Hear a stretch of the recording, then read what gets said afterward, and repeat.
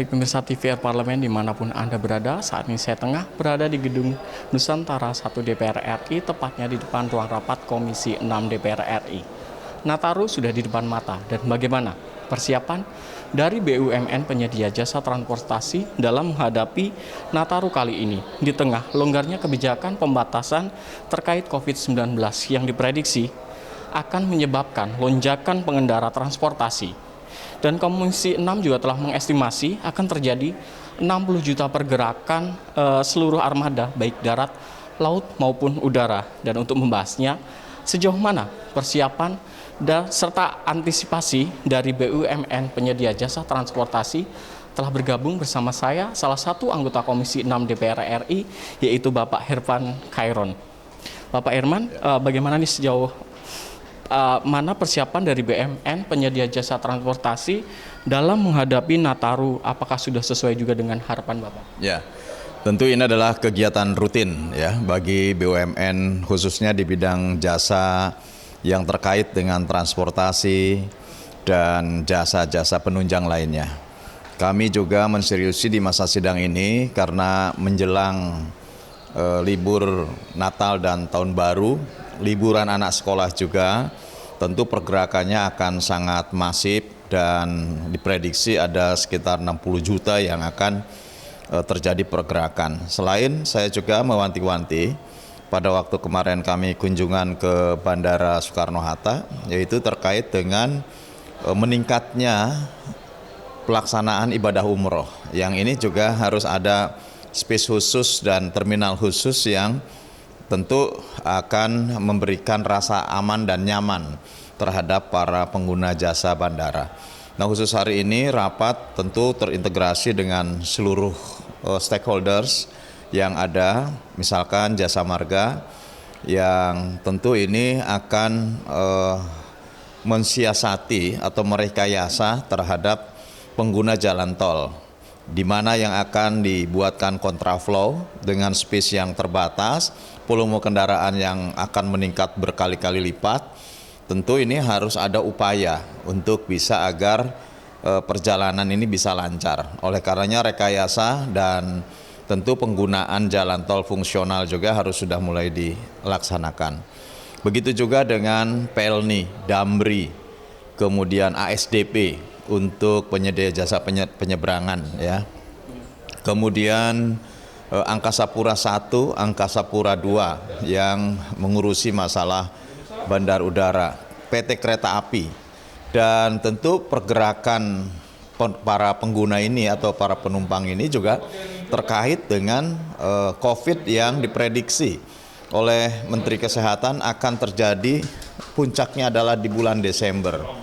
Nah, kalau kemudian pada saat yang sama terjadi sebuah pergerakan masyarakat yang menggunakan momentum Natal, Tahun Baru, liburan anak-anak, dan bahkan ibadah umroh, tentu ini harus juga diselaraskan dengan situasi dan kondisi pandemi COVID yang belum berakhir.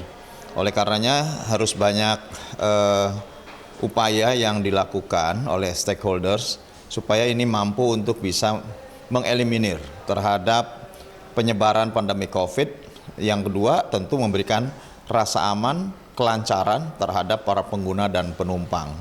Nah, ini yang harus dipersiapkan betul karena pada akhirnya negara harus hadir dalam situasi apapun, dan tentu BUMN yang saat ini menguasai berbagai sektor yang terkait dengan situasi kondisi Natal dan Tahun Baru serta liburan sekolah ini juga harus betul-betul siap menghadapinya. Baik Pak, bagaimana DPR RI juga menekan dalam stabilisasi harga tiket transportasinya Pak? Ini pula yang menurut saya ini agak debatable ya. Karena pertama situasinya memang BBM juga naik. Tentu ini akan mempengaruhi terhadap harga transportasi. Pada sisi lain juga akibat kenaikan harga-harga lainnya juga menaikkan harga jasa pelayanan. Yang ini juga tidak bisa dihindarkan. Oleh karenanya upayanya ya harus didorong supaya ini tidak menjadi pasar persaingan sempurna, pasar bebas gitu ya. Didorong misalkan Damri armadanya diperbanyak, dipersiapkan lebih banyak. Kemudian ASDP untuk jasa penyeberangan juga harus diperbanyak. Kemudian kereta api mungkin ada penambahan gerbong gitu ya.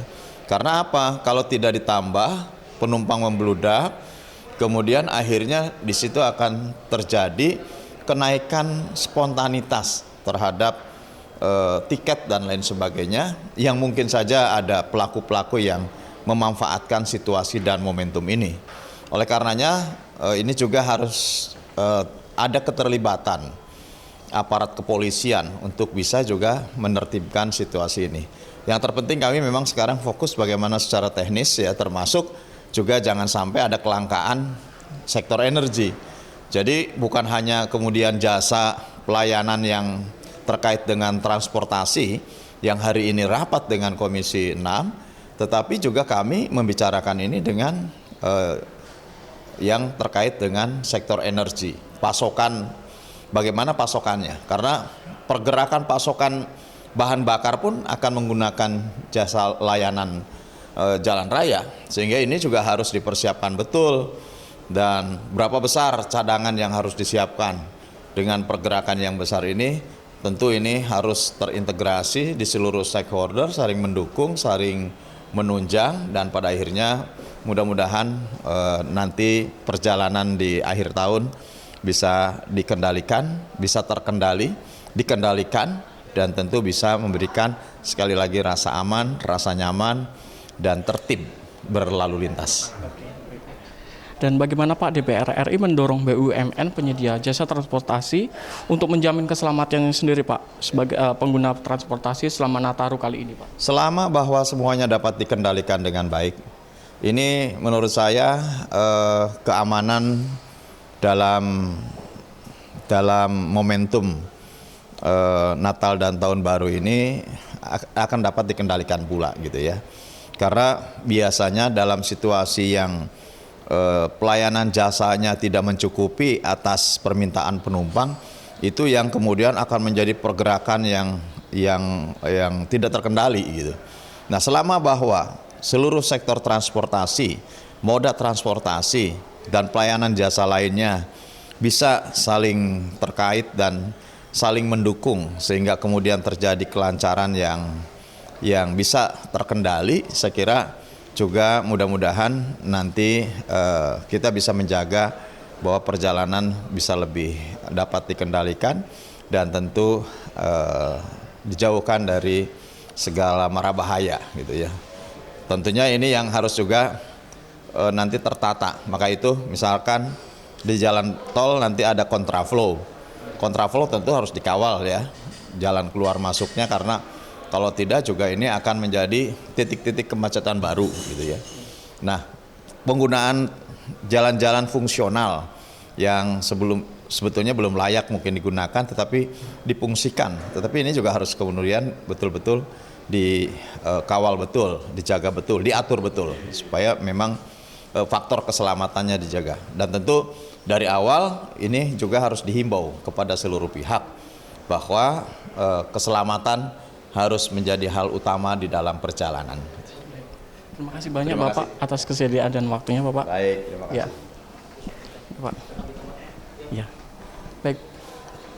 Baik pemirsa TV Parlemen dimanapun Anda berada, demikianlah wawancara saya dengan salah satu anggota Komisi 6 DPR RI yaitu Bapak Herman Khairon, yang mana besar harapan dari DPR RI beserta stakeholder bekerjasama untuk memajukan atau mewujudkan Nataru kali ini yang aman dan lancar. Terima kasih atas perhatiannya dan kembali ke studio.